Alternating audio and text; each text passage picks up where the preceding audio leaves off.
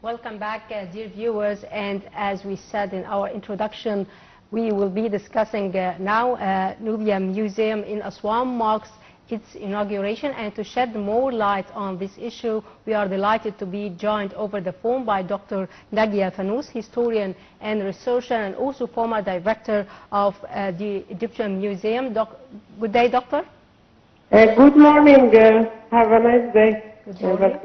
Thank you, Dr. Najiya. You know, Dr. Najiya, when we talk about Nuba, when we talk about this very dear part of Egypt, we always smile. Nuba is a source of happiness, and when you just imagine the wonderful smiling faces of the Nubian people, you feel that you just want to talk to them, you want to live with them, you want to enjoy life there. Before going into more details, let's know more about the history of this very dear part of Egypt. Yes. Okay. I don't hear you. Okay. Nubia and ancient Egypt had periods of both peace and war. It's believed based on rock art that Nubian rulers and the early Egyptian pharaohs used a similar symbol. There was often peaceful culture exchange and cooperation and marriages between the two did occur. Egyptians did, however, conquer Nubian territory at various times. Nubian conquered Egypt in the 25th dynasty. Egyptians called them called the Nubian region Ta city in hieroglyphic signs. Which means the land of the bow, a reference to Nubian archery skills around 3,500 BC. The A group of Nubians are existing side by side with the Nakada of Upper Egypt. These two groups traded gold, copper tools, science, stone, vessels, pots, and more. Egyptian unification in 3,300 BC may have been helped along by Nubian culture, which was conquered by Upper Egypt. Nubian was first mentioned by ancient Egyptian trading accounts in 2,300 BC. Nubia was a gateway to the riches of Africa, and goods like gold, incense, ebony, copper, ivory, and animals flowed through it. But in the 6th dynasty, Nubia was fractured into a group of small kingdoms. The population called the C group may have been made by Saharan nomads.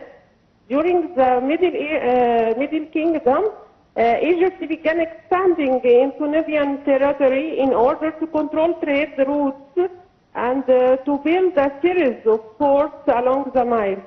The Egyptian called the region in the northern modern day Sudan, where ancient Nubians lived, Medjay.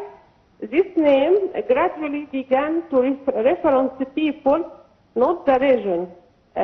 Those who lived in this region worked in the Egyptian military as mercenaries and finally, as elite police.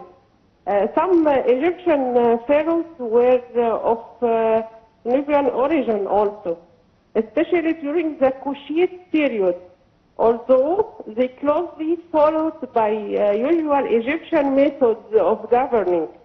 In fact, they were seen as culturally Egyptian. Like you said, the two cultures were so close that some scholars see them as investigatable Nubians appear to have been assimilated into Egyptian culture. The Egyptians called a certain region of northern modern-day Sudan.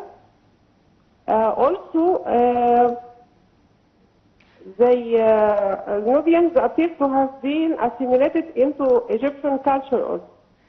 Doctor, we need to learn more about the most significant monuments that are located there.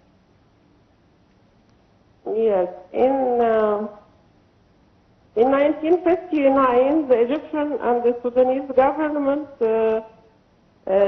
UNESCO,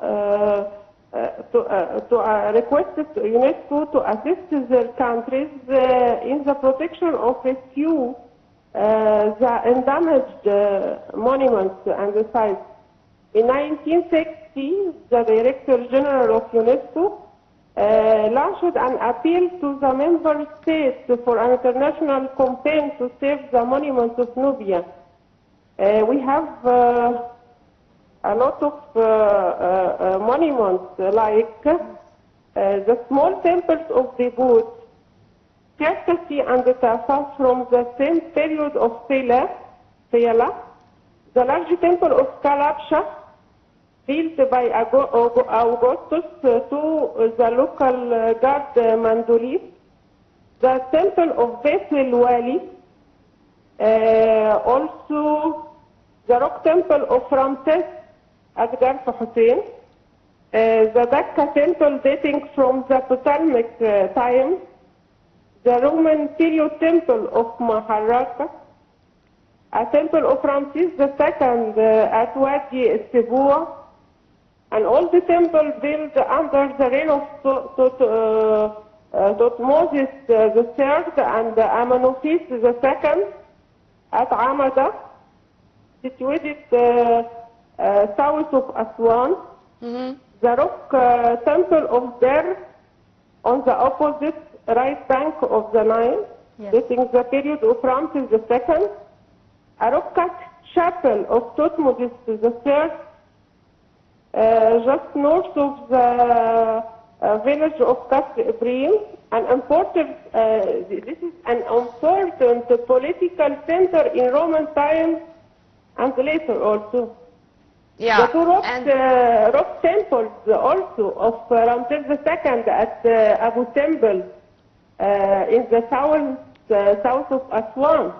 Simply, Dr. Najiya, under every stone we can find something related to our ancient Egyptian civilization, which I'm all the time saying it's going or to continue and amaze the whole world forever. But as we are focusing on the Nubian style, the Nubian life, the Nubian architecture, how we can preserve the Nubian architectural style and to make sure that it's going to be all the time having its own merits, its own advantages, its own taste even.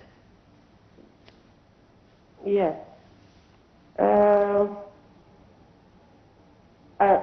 Egypt donated also temples, but in fact the Egyptian Egypt also tried to preserve all monuments of Nubian because it is very rich in archaeological domain, and most of aspects of Nubian culture is the use of you hear me? Yeah. Yes, doctor. Okay. We have a big, a very unique museum called the Nubian Museum in Aswan to preserve these monuments. This monument is very important in the history of Nubia. Amen to that. And this is an invitation from all of us to all those concerned and really in love with the Nubian monuments and with the Nubian architecture to go and to visit the wonderful place and to visit the Nubian Museum, as it's going to be an unforgettable memory. Dr. Najiya, thank you very much for your input and have a very good day. Well, from here and again and again, I think Nubia is such a wonderful place, and it's really filled with the positive vibes. You are going to enjoy every single minute. You are going to enjoy it there, and this is a promise.